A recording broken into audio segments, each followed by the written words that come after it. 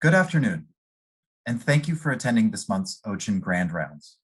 I am your host, William Pinnock, and today I could not be more excited to have Dr. Rachel Gold of Kaiser Permanente Center for Health Research and OCHIN and Arwen Bunce of OCHIN as they present on the results of the Spreadnet trial.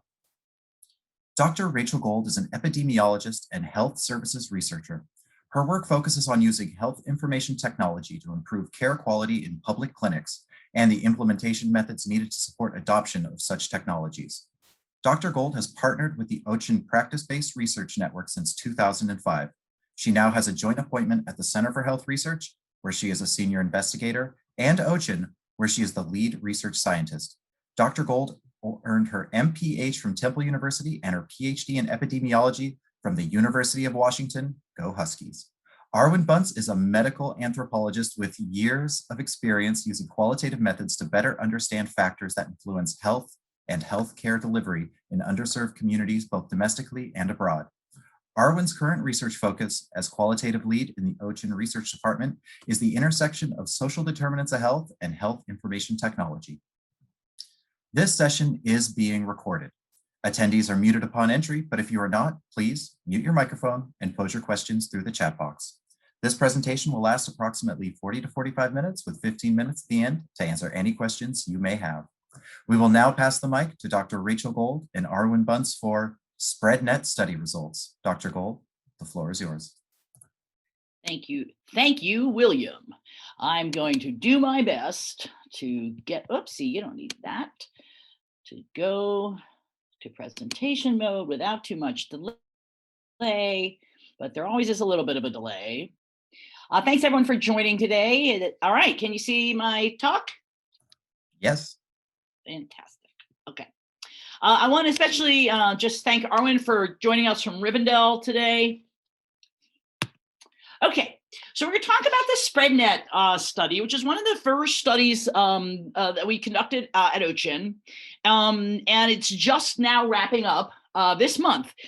So after it went for 7 years, which is a long story. Usually these studies are 5, but what we thought would be fun to do to talk about today would be to really present to you kind of what we did with the main study, the main part, what the analysis we did that were what we intended, and then some analyses we ended up adding on because we were interested and the results kind of led to them. So that's what we're going to talk about today. I just want to give a big cheer and heads up. Thanks to all of the folks who've been involved with the Spreadnet study. And I want to especially call out Jerry Melgar, who is who's an OCHIN provider for his role helping us make this happen.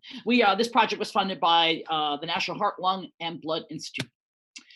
So the purpose of the Spreadnet study was that we built on an earlier study, one of the very first ones that was done at OCHIN, in fact, the very first. In that earlier study, we showed that community health centers can adopt new EHR-based tools and functions that target guideline-based cardioprotective care, but we also to make that happen, we provided those clinics with a lot of what we call implementation support. We had peer assistance from clinic staff, like we hired folks from within the clinic to help train their peers in how to use these new tools. And it was almost 2.5 full-time equivalent to support 11 clinics. That's pretty resource intensive.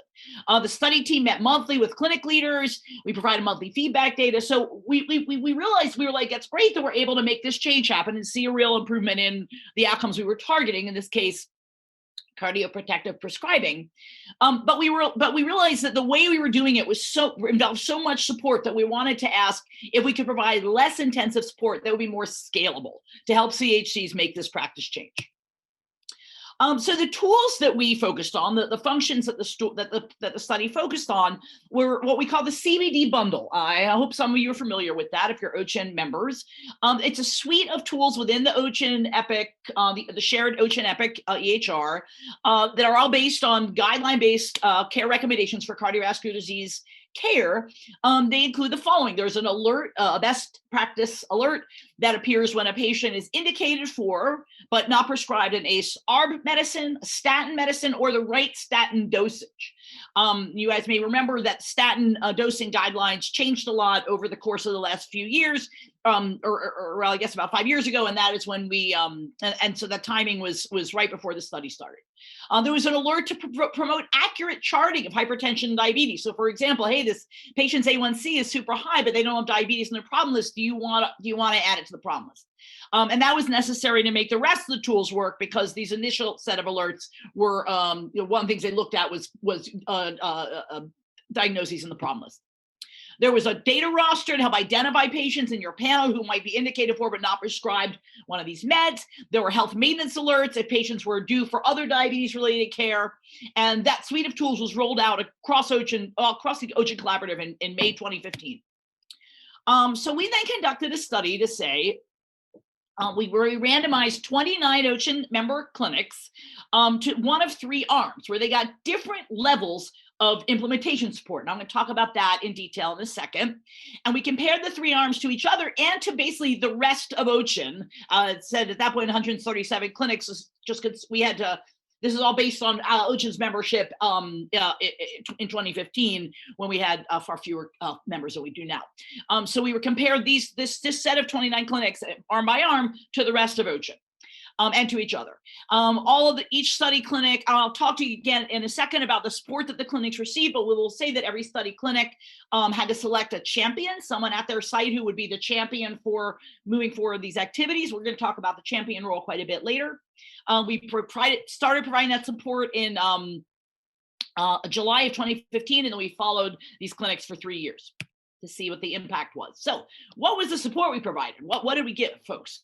The first arm of clinics, the low intensity arm, got a CVD bundle implementation toolkit, a nice sort of packet and a binder with information on how to use the CVD bundle components of the EHR and how to use practice change techniques, small tests of change, to get folks to use the bundle. And we also provided overview webinars to, again, help folks. And some of you may be thinking, boy, a toolkit's probably not enough on its own. And we thought that was probably going to be the case as well. But there was a reasonable kind of low touch approach. The second set of clinics all got the toolkit, plus we had clinic representatives who came to OCHIN for a 2-day in-person training that covered basically the same materials. Here's what the EHR tools entail. Here's how to use the toolkit to help encourage change at your clinic. In short. And then we also provided them with these guys with quarterly webinars where we sort of said, what are you struggling with? We will adapt the webinar to your needs.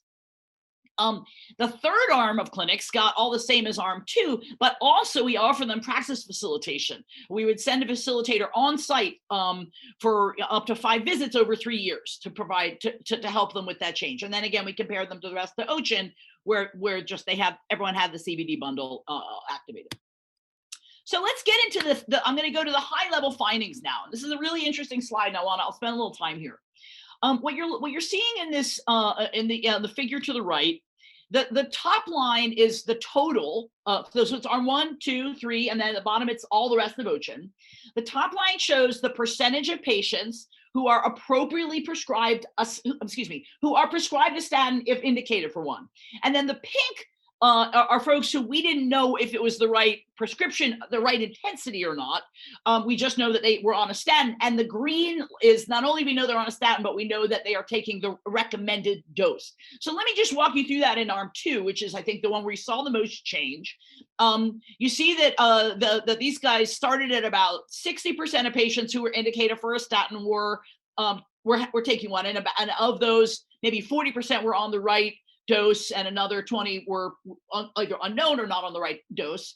And then, I should make this more clear. The first chunk here, this is the pre-intervention period. So what happened the year before?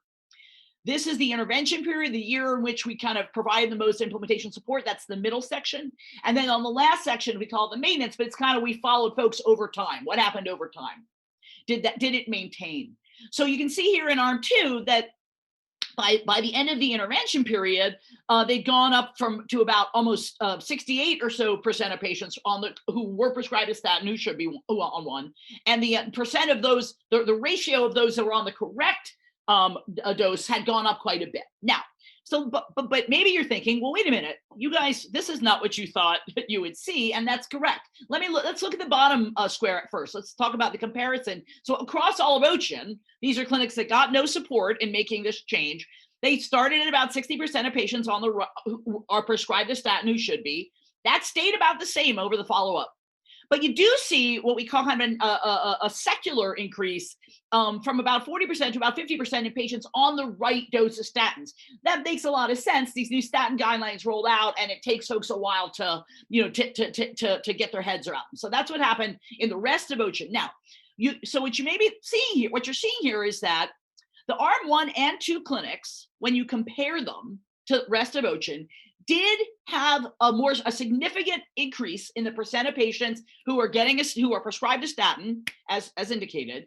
The arm 3 clinics, you'll notice, didn't really change. A little bit, went from 60% to about 65%. You see much bigger, a slightly larger change in the arm 2 and arm 1 clinics, and only the arm 1 and 2 are significantly different from the comparators. That's not what we expected. We expected to see arm 1 clinics do a little bit better than comparison, arm 2 do even better, and arm 3 do even better. The more support you get, we thought would be the more change you would see. And that's not what we saw. And we'll talk about why that is quite a bit coming up.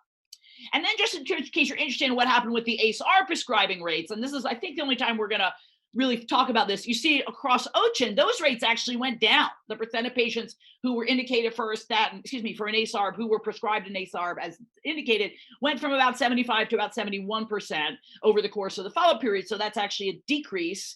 But for the rest of for the 3 comparator arms, you're really not seeing, you're seeing the arm 2 and 3 clinics sort of maintained. So in that case, they were better than the comparators, but nobody really improved.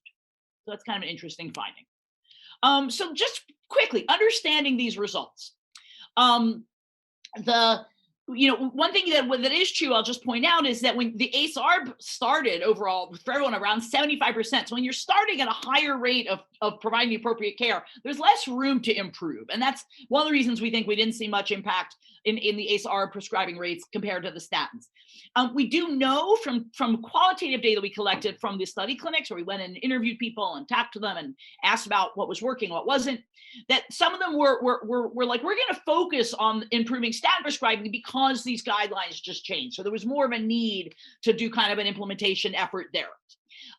We did know that at some of the clinics took very substantial steps to try and improve statin prescribing, but these are interestingly, for example, taping statin dosing tables to staff computers, providing links to American Heart Association CVD risk calculator, and sharing provider-specific quality metrics. Some of the data on how are we doing, they shared back with the clinics. But what I think is interesting is that none of those actions directly involve the CVD bundle. It was more kind of about, hey, just don't forget about statins, but not so much about, are you using these, are you reacting to the alerts? And we also know, by the way, that a lot of arm 2 clinic champions were very activated and did a lot of work to help make this happen. But one of the things we know, one of the reasons that we know that folks struggled to make the change to using these tools and implementing the care that the tools supported was that the CVD bundle wasn't perfect. The new statin guidelines were complicated. Folks found that challenging. Initially, as I said, there was no 10-year CVD risk calculator embedded in these that informed the alerts that made the tool less useful. That eventually got fixed, but it took us a while. We had limited resources for testing the tools. There were some they were vetted, but you can't really know how well a tool works, in the grand scheme of things until you roll it out amongst a lot of people. And even though we quickly fixed any errors that we found, even, I'm sure all of you who use the EHR know, if you start thinking like, hey, that alert is wrong, if it's wrong a couple of times, it's really going to be hard to get you to use it again, convince you like, now we've got it working right. So that was a challenge. And some of the folks who were using the tools thought that tools were wrong, and maybe they didn't know the new guidelines. They thought the tools themselves were, that the recommendations themselves were inaccurate, which again, maybe because they weren't aware of the new guidelines around statins. There were some limitations that are inherent to what we can do in the EHR. They made the tools suboptimal for team-based care. The brief example is that one of the alerts was set up to be, a provider could put a delay on the alert, say like, I don't want to see this again for this patient for a year, but it would only show up for that provider, not for other members of their team, who they might be then going back to the provider and saying like, oh, this patient needs a statin, and the provider's like, I So I postponed that for a year, and with the tool we couldn't make the tool the postponement elements of the tool apply to the whole team. So that's an example of how it was not very good for team-based care. And another thing that we thought was really interesting was that the guidelines that the tool supported were not aligned with the care quality measures that a lot of our clinics are required to report on, our OCHIN member CHCs. So the CBD bundle highlighted cardioprotective prescribing because that's what the guidelines said, but the quality measures still focused on biomarker control. That made the tools less useful as well. We also found it challenging to provide the implementation support that we wanted to provide. This toolkit, as I said, we designed to be very modular and user-friendly, but folks still said it's way too long. There's just too much here. The attendance of the webinars was inconsistent. We understand it's hard to take time out from a day in clinic, or an hour out from your day in the clinic to attend a webinar. But it's sort of the easiest way to communicate with people, but still hard for people to do. And it was hard to get to tailor the webinar content to folks who maybe were at different stages of implementation of their change. Excuse me. Thanks. Okay. The in-person trainings, we basically said to the clinics, hey, send who you want, send your people, the folks who you think will be working on this, implementing this change in your clinic, but maybe they weren't the right folks. We did not offer a repeat training. In retrospect, we really should have. There was staff turnover, and so you'd have some of the folks who got trained by a year later were no longer at the clinic. That happened pretty often, and we're not sure we trained on the right things in retrospect. Maybe we should have focused on the guidelines, and maybe we should have focused on EHR optimization. We'll talk about that quite a bit in a moment. And we're getting right there. So there were some unexpected lessons from the Spreadnet trial. We realized that, we realized that we had skipped a step. We had assumed that there was knowledge of and trust in the new guidelines, and that probably should have been the first thing that we focused on with the clinics, but we didn't know that till afterwards.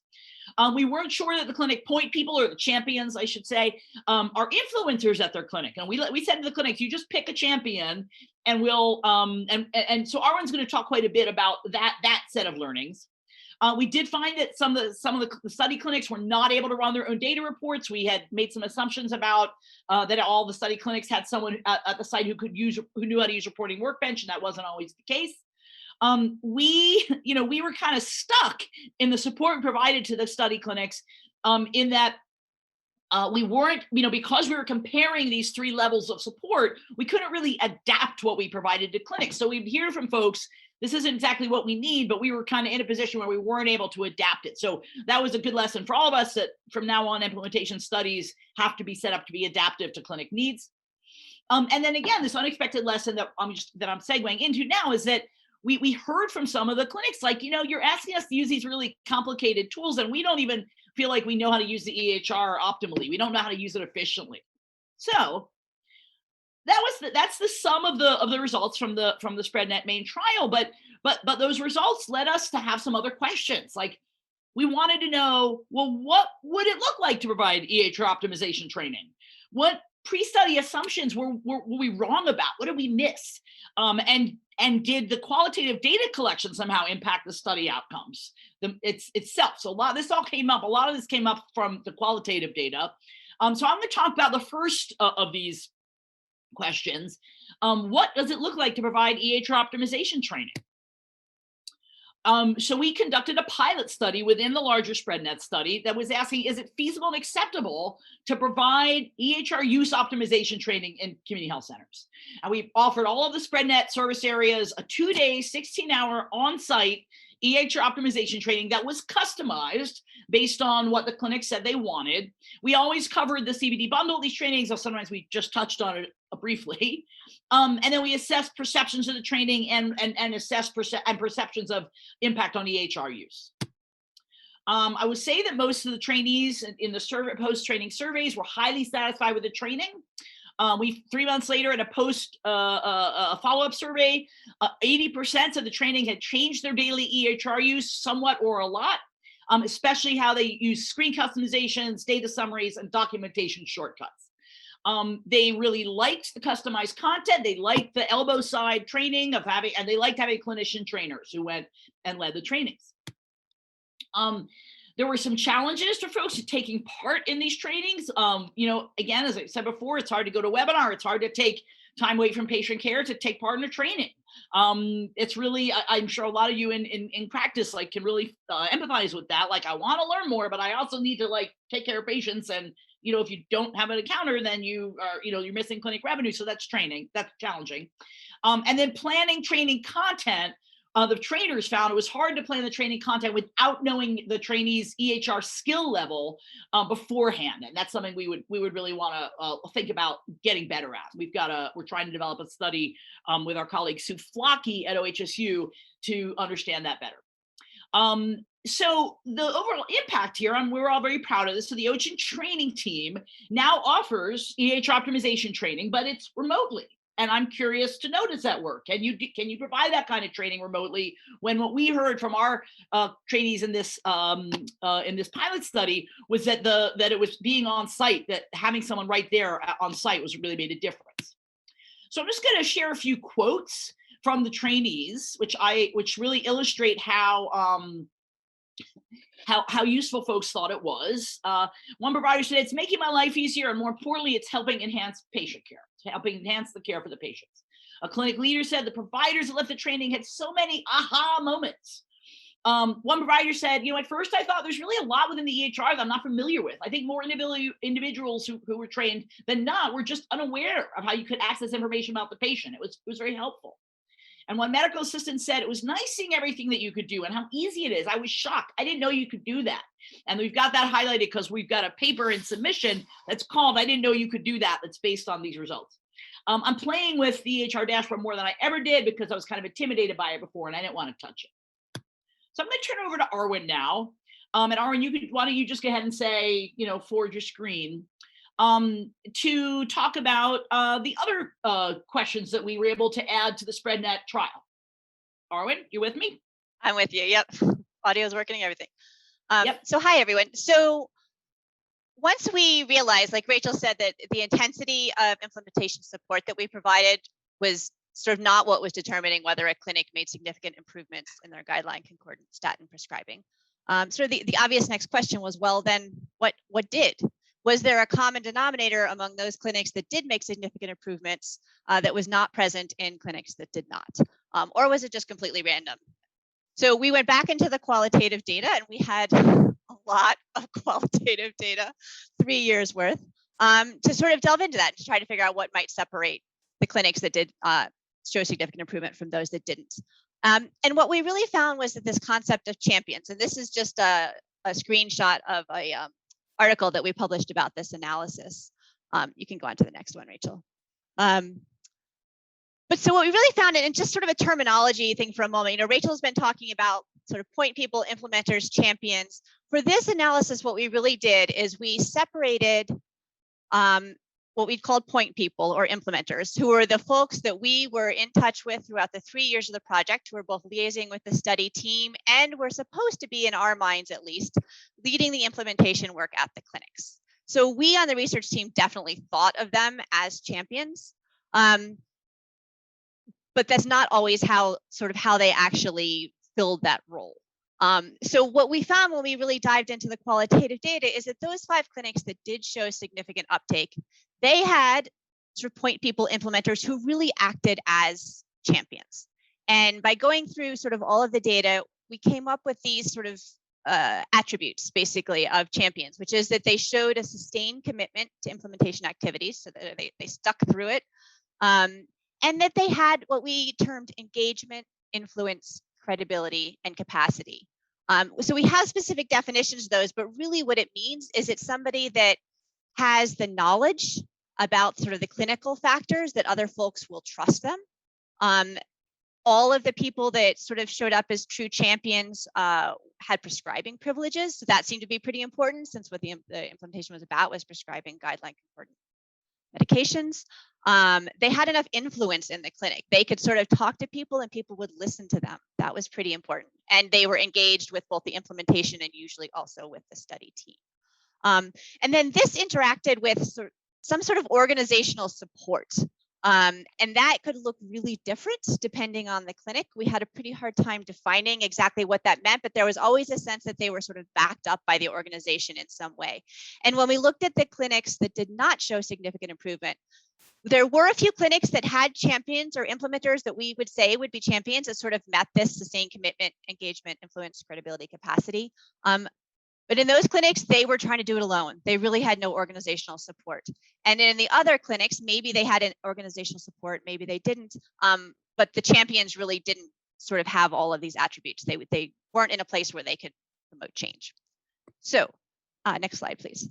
So, I mean, that's, I think, fairly interesting in and of itself. And interestingly, when we started looking more into this, we realized that there's very little data or evidence on how to properly select and prepare and support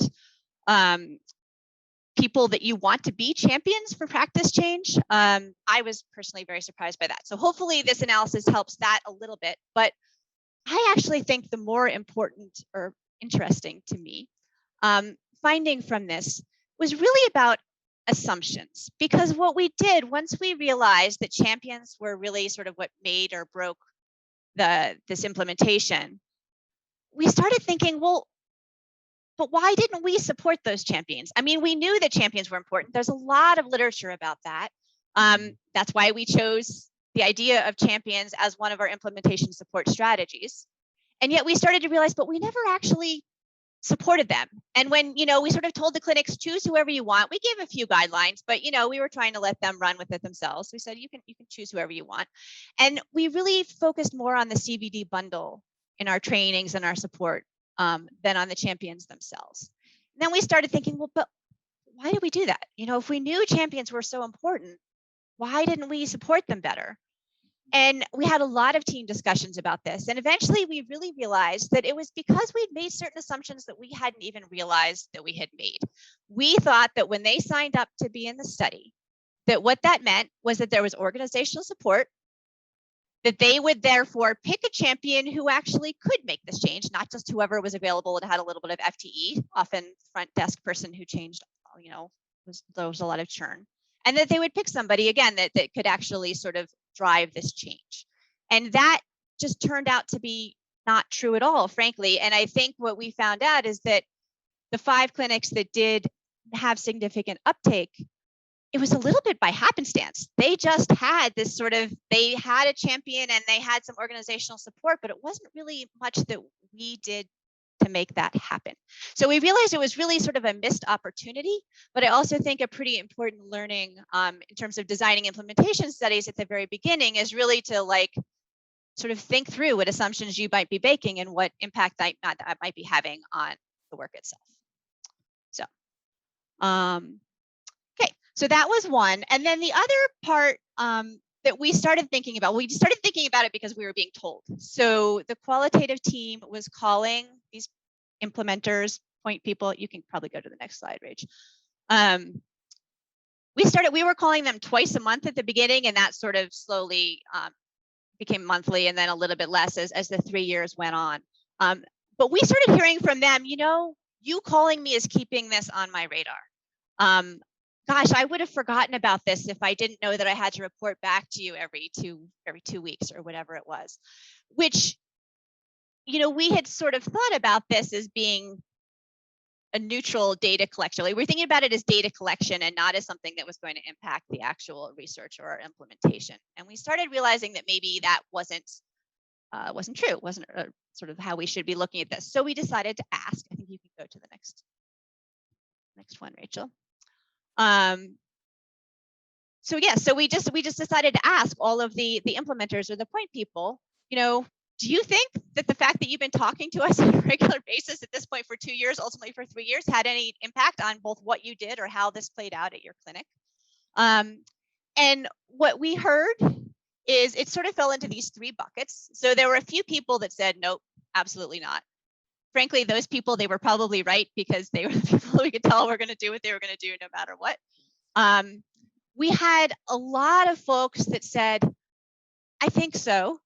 Yes, I do, but I can't we couldn't, they and we couldn't quite attach actual actions that had happened differently because of it. They often had this sort of real feeling like, yes, I think it helped. I think it did something. I think it changed something, but I'm not sure exactly what that was. And then there were a few folks who were like, yes, absolutely. And this is what I did that I would not have done if you hadn't been calling me on a regular basis.